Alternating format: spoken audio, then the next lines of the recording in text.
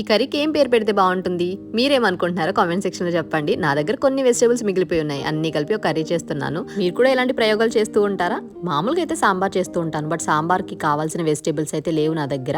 కానీ కొన్ని ఉల్లికాడలు, టమాటాలు, బజ్జీ పచ్చిమిర్చి అండ్ కొన్ని ఆనియన్స్ ఇవన్నీ కలిపి ఒక మసాలా కర్రీ చేద్దాం అనుకుంటున్నాను. మామూలుగా అయితే పులుసు చాలా బాగుంటుందేమో, టమాటా పులుసు లాగా, కానీ మసాలా కర్రీ కూడా బాగుంటుందేమో అని ట్రై చేస్తున్నాను. ఆయిల్లో కొంచెం జీలకర్ర, ఆవాలు వేయించాను. ఆ తర్వాత బజ్జీ పచ్చిమిర్చి, ఉల్లిపాయలు, టమాటాలు అండ్ ఉల్లికాడలు కూడా వేసేసి కొంచెం పసుపు వేసి మగ్గనిచ్చేసాను. ఆ తర్వాత ఒక టేబుల్ స్పూన్ అల్లం వెల్లుల్లి పేస్ట్ వేసి ఒక్క నిమిషం పాటు ఫ్రై చేసుకొని అందులోకి తగినంత సాల్ట్, కారం కూడా వేసాను.